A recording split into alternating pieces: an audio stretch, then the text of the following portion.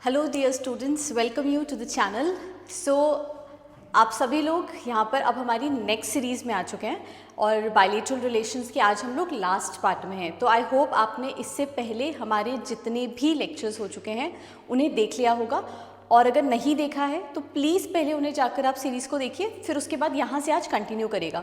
तो जैसे कि आप जानते हैं कि हम लोग यहाँ पर अभी इंटरनेशनल रिलेशंस को कवर कर रहे हैं। ऑल दी स्टूडेंट्स जो एस्पिरेंट्स हैं, यूपीएससी एस्पिरेंट्स हैं, या फिर अपकमिंग एग्जामिनेशंस में इस ईयर 2025 में या सक्सेसिवली आपको अटैम्प्ट देने वाले हैं, आपके लिए ये सीरीज़ काफ़ी ज़्यादा इंपॉर्टेंट है। इसको प्लीज़ कंटिन्यूटी में आप वॉच करिए और प्लीज़ आप हमारे चैनल को सब्सक्राइब करिए, जिससे हमें भी पता रहे कि हमारे व्यूअर्स जो हैं वो कितना एंजॉय कर रहे हैं हमारे कंटेंट को। कमेंट्स में हमें ज़रूर बताइए कि आप ऐसा और कौन सा कंटेंट है जो चाहते हैं हम आपके लिए लेकर आएँ। सब्सक्रिप्शन से हमें भी आपके थोड़ा सा मोटिवेशन मिलेगा। Please do subscribe to our channel. चलिए, आज हम लोग बायलैटरल रिलेशंस में अपने नेक्स्ट टॉपिक की तरफ बढ़ते हैं, नेक्स्ट कंट्री को समझते हैं। इससे पहले हम लोगों ने 9 कंट्रीज़ हैं जिनको कवर कर लिया है। बहुत ज़्यादा इंपॉर्टेंट है, हमने डिटेल में अच्छे से समझा है क्या क्या रिलेशंस है, बायलैटरल रिलेशंस है, डिप्लोमेटिक टाइज है। अभी आपको वो जाके ज़रूर देखना, उसके बाद फिर यहाँ से कंटिन्यू करेगा, क्योंकि देखिए एक सीक्वेंस में कवर करेंगे तो आपके लिए काफ़ी ज़्यादा बेनिफिशियल होगा। तो आज हमारे पास सबसे पहली कंट्री जो आ रही है वो है आपकी इंडिया जापान के रिलेशंस। तो चलिए इनके बारे में ज़रा थोड़ा समझते हैं। रिसेंटली यहाँ पर इंडिया और जापान के प्राइम मिनिस्टर्स की मीट हुई थी बायलैटरल लाइंस के ऊपर। उन्होंने वहाँ पर एक G7 समिट जैसी एक और अपनी मीटिंग को कंडक्ट किया था। कहाँ पर? इटली अपूलिया में। ओके, आगे हम लोग देखते हैं ज़रा क्या चीज़ इनके बारे में इंपॉर्टेंट है। Now this is really important. 2014 में इंडिया और जापान ने अपने रिलेशनशिप्स को एक और नेक्स्ट स्टेप दिया था। देखिए, आप जानते हैं कि इंडिया और जापान के रिलेशंस काफ़ी ज़्यादा स्ट्रॉन्ग टाइज हैं। ओके, कल्चरली भी, हिस्टोरिकली भी we have a very strong cultural relation with Japan. 2014 में अगर आप देखेंगे तो यहाँ पर दोनों कंट्रीज़ ने अपने रिलेशनशिप को एक और नेक्स्ट टर्म दिया, एक और नेक्स्ट टाइम पे उसको अपग्रेड किया, जिसमें उन्होंने स्ट्रैटेजिक ग्लोबल पार्टनरशिप से बढ़कर special global and strategic partnership की तरफ डील करा। अब ये जो वर्ड है स्पेशल, वो कहीं ना कहीं कुछ और चीज़ों को इसके अंदर ऐड कर देता है।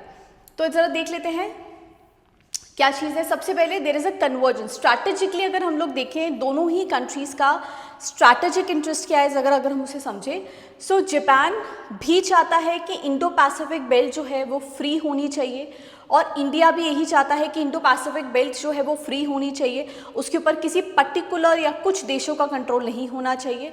यहाँ पे there is a convergence of Japan's free and open Indo Pacific, and India का भी जो इंडो पैसिफिक ओशन इनिशिएटिव है, ये दोनों कंट्रीज़ का एक स्ट्रैटेजिक इंटरेस्ट है जिसके ऊपर ये काम करना चाह रहे हैं।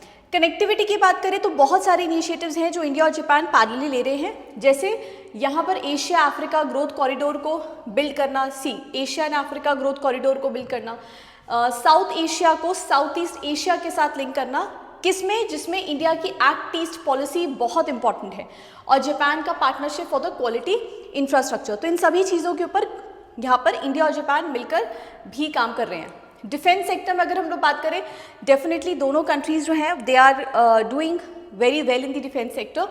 वो दोनों कंट्रीज़ एक दूसरे के साथ कॉपरेशन के मीन्स के थ्रू, यहाँ पर एक इनका प्रोविजन है जिसको कहते हैं acquisition and cross servicing agreement, उसके द्वारा, और मिलिट्री सर्विसेज जैसे धर्मा, गार्जियन, शिन्यो मेत्री एंड जिमेक्स, ऐसी जो मिलिट्री एक्सरसाइजेज है वो भी दोनों नेशंस के बीच में कंडक्ट कराई जाती है।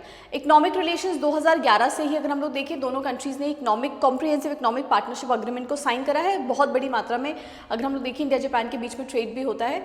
इंडिया और जापान का क्लीन एनर्जी पार्टनरशिप पे भी वर्क चल रहा है, जिसमें क्लीन एनर्जी आज के समय में एक इमर्जिंग टॉपिक है। इस पर मेजरली कंट्रीज़ के साथ इंडिया अपनी पॉलिसीज़ को फ्रेम कर ही रहा है। साथ ही साथ न्यूक्लियर एनर्जी के ऊपर और cooperation in the peaceful uses of the nuclear energy, इसके ऊपर भी 2017 में साइन करा गया है।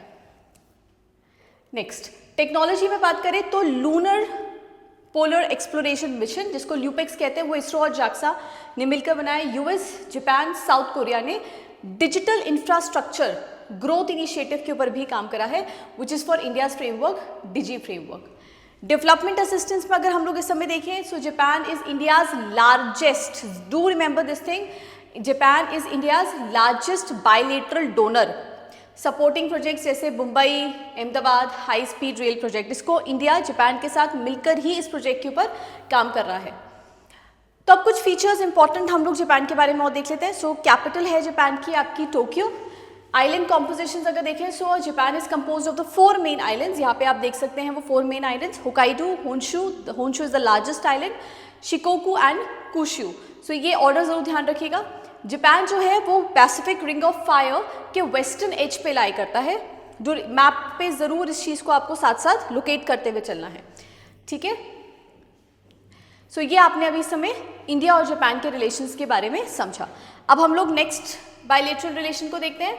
सो नेक्स्ट हमारे पास आता है इंडिया एंड, वैसे तो पूरा का पूरा आसियान बेल्ट, बट यहाँ पर हम लोग अभी साउथ ईस्ट एशियन नेशंस के अलावा स्पेसिफिकली सिंगापुर के रिस्पेक्ट में देखने वाले हैं। चलिए, सो प्राइम मिनिस्टर की रीसेंट विजिट भी रही है सिंगापुर में। 2014 में दोनों ही कंट्रीज ने कॉम्प्रिहेंसिव स्ट्रैटेजिक पार्टनरशिप को एलिवेट करा था 2024 में। ट्रेड एंड इकोनॉमिक की अगर हम लोग बात करें तो सिंगापुर इंडिया का लार्जेस्ट ट्रेड पार्टनर है आसियान नेशन के अंदर और 6th लार्जेस्ट ट्रेड पार्टनर है ग्लोबली। तो ये जो फैक्ट्स है ना, और इससे पहली वाली वीडियोस में भी जो हमने ऐसे वाले फैक्ट्स कवर करे उनको जरूर ध्यान रखिएगा, ये बहुत ज़्यादा आपके लिए इंपॉर्टेंट होंगे। दोनों ने ही कॉम्प्रिहेंसिव इकोनॉमिक कॉपरेशन अग्रीमेंट को साइन करा है, जिसमें इंडिया जो है वो इसका नेट इंपोर्टर है। DTAA that is direct tax avoidance agreement, tax evasion को बचाने के लिए, अक्सर देश में क्या होता है कि टैक्सेस को बचाने के लिए कंपनीज को दूसरे देशों के अंदर रजिस्टर करवाया जाता है। वो टैक्स इवेजन को चेक करने के लिए यहाँ पे डायरेक्ट टैक्स अवॉइडेंस अग्रीमेंट भी 2016 में इंडिया और सिंगापुर के बीच में साइन हुआ था। लार्जेस्ट सोर्स ऑफ FDI है इंडिया के अंदर 2023 और 24 के अंदर, अगर आप डेटा के अकॉर्डिंगली देखें। कुछ बायलैटरल एक्सरसाइजेस जो दोनों नेशन साथ में कंडक्ट करते हैं, जैसे आर्मी में अग्नि वॉरियर, नेवी में सिम्पेक्स और एयरफोर्स में जॉइंट मिलिट्री ट्रेनिंग यहाँ पे कंडक्ट करवाई जाती है।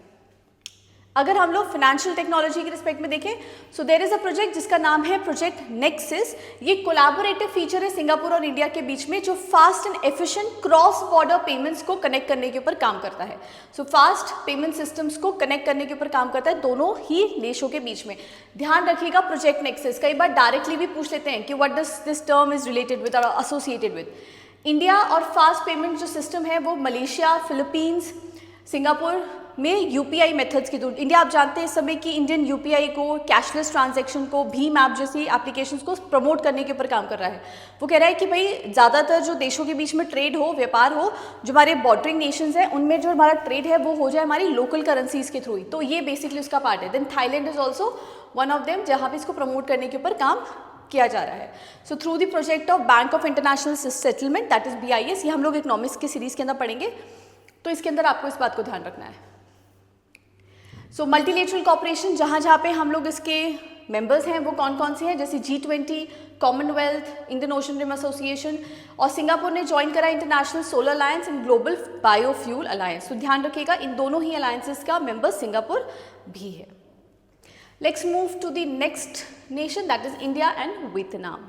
So Prime Minister took a visit over there. Bilateral relations दोनों ही countries के बीच में अगेन इनको एलिवेट करने के ऊपर काम किया गया। जैसे हम जानते हैं कि साउथ ईस्ट एशियन नेशंस में इस समय इंडिया बहुत एक्टिवली काम कर रहा है। डिफेंस एक्सरसाइजेस जैसे पैसिक्स, विनबैक्स और मिलान जैसे एक्सरसाइजेस हम यहाँ पे करते हैं। दोनों ही नेशंस ईस्ट एशिया समिट के मेंबर्स हैं और आसियान डिफेंस मिनिस्टर्स मीटिंग में रेगुलरली इनकी मीट कंडक्ट होती है। कौन कौन से इनिशिएटिव्स हैं जो इंडिया इन नेशंस के साथ अभी रिसेंटली कंडक्ट कर रहा है, जैसे वियतनाम के साथ, that is Mekong Ganga cooperation, जिसमें 5 आसियान नेशंस आते हैं, जैसे कंबोडिया, लाओस, म्यांमार, थाईलैंड और वियतनाम। ये इंडिया के साथ मिलकर मीकोंग गंगा कॉपरेशन के ऊपर काम कर रहे हैं। इंडिया ने इसी के साथ साथ एक इंडिजीनियसली बिल्ड मिसाइल है INS कृपान, वो भी वियतनाम को दी थी 2023 के अंदर। And the last one for today we have is India Malaysia. So recent visit हुई है यहाँ पे भी अगेन प्राइम मिनिस्टर की। इन्हांस स्ट्रैटेजिक पार्टनरशिप 2015 में जो साइन करी गई थी उसको एलिवेट करने के ऊपर काम किया गया है। मलेशिया ने ज्वाइन कर लिया है International Big Cat Alliance as its founding member. Diplomatic relations की बात करें तो वो बेहतर हुए हैं बढ़ते समय के साथ। मलेशिया इंडिया का 16th लार्जेस्ट, सिंगापुर अभी 6th था, this is 16th largest trading partner है। Malaysia is India 3rd largest trading partner ASEAN के अंदर। Okay, so do remember this thing. Again 2010 के अंदर इन्होंने कॉम्प्रिहेंसिव इकोनॉमिक कॉपरेशन अग्रीमेंट को साइन किया था। पाम ऑयल डिप्लोमेसी के ऊपर हम बात करें, अक्सर इसके बारे में बहुत ज़्यादा बातचीत रहती भी है। So Malaysia along with Indonesia and Thailand, ये मेजर एक्सपोर्टर्स हैं पाम ऑयल के इंडिया में। तो इंडिया में जो भी पाम ऑयल का कंजम्पशन हो रहा है उसका मेन 2 सोर्स जहाँ से सबसे ज़्यादा इंपोर्ट हम कर रहे हैं वो है आपका Indonesia and Thailand. Defence cooperation में देखिए तो मलेशिया और इंडिया का जो डिफेंस कॉपरेशन कमेटी है वो एनुअली मिलती है प्रोग्रेस रिपोर्ट को चेक करने के लिए, और इनके बीच में आपस में लगातार एक्सरसाइजेज भी कंडक्ट होती हैं। पीपल टू पीपल कनेक्ट में अगर हम लोग देखें तो 3rd largest diaspora after United states and UAE. अगर इंडिया का लोग जो यूएई और यूएस के बाद किसी तीसरे देश कंट्री में रह रहे हैं that is Malaysia.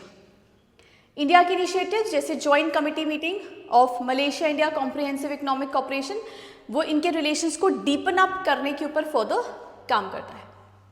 So students, हम लोगों ने यहाँ पर आज के लेक्चर में भी 4 हमारी bilateral relations with countries, India और उनके बीच में कैसा रिलेशन उसको कवर किया है। सो ऐसे ही हम लोगों ने यहाँ पर इंटरनेशनल रिलेशंस के बायलेटरल रिलेशंस को आज की सीरीज़ के साथ कंप्लीट करा है। अब हम लोग नेक्स्ट सीरीज़ के अंदर नए टॉपिक्स लेकर आएंगे जो आपके एग्जामिनेशन के लिए काफ़ी ज़्यादा हेल्पफुल होने वाले हैं। आप और आपके ऐसे और जानने वाले आपके फ्रेंड्स वगैरह जो भी यूपीएससी या अपकमिंग ऐसे कोई एग्जामिनेशंस की प्रिपरेशन कर रहे हैं उनके साथ इस सीरीज़ को ज़रूर शेयर करिए। ऐसे और जो इन्फॉर्मेटिव कंटेंट्स हैं वो हम आपके लिए हमारी टीम जो है वो लेकर आती रहेगी। अच्छे से पढ़िए, कमेंट्स में हमें ज़रूर बताइए कि आप और ऐसी कौन से टॉपिक्स हैं जिस पे चाहते हैं कि हम आप लोगों के लिए कंटेंट को लेकर आएँ। बाकी अगर आप हमसे जुड़ना चाहते हैं, कोई सेशंस आप हमारे अटेंड करना चाहते हैं, टेस्ट सीरीज ज्वाइन करना चाहते हैं तो डिस्क्रिप्शन में दिए हुए नंबर से हमसे कॉन्टैक्ट कर सकते हैं। So till then keep studying, all the very best, see you in the next lecture. Thank you so much.